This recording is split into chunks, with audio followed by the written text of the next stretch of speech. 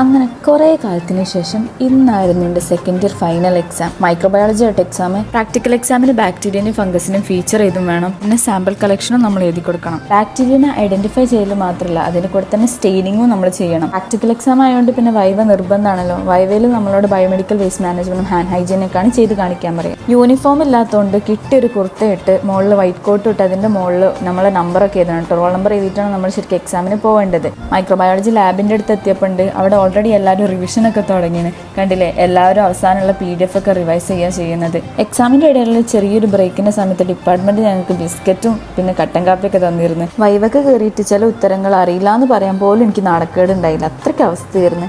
വൈദവേ ഇതാട്ടോ കോഴിക്കോട് മെഡിക്കൽ കോളേജിൻ്റെ famous clock tower. അങ്ങനെ സെക്കൻഡ് ഇയറിനൊരു അന്ത്യമായി ഗൈസ്. കഴിഞ്ഞ സെക്കൻഡ് ഇയർ ലാസ്റ്റ് എക്സാമിന് മൈക്രോബയോളജി, അപ്പോൾ അതോടെ തീർന്നു. അടുത്ത തേർഡ് ഇയർ പാസ്സായ തേർഡ് ഇയറിലേക്ക് പോകുമ്പോൾ സെക്കൻഡ് ഇയറിൻ്റെ എക്സാമിന് പിന്നെ എഴുതേണ്ടി വരും.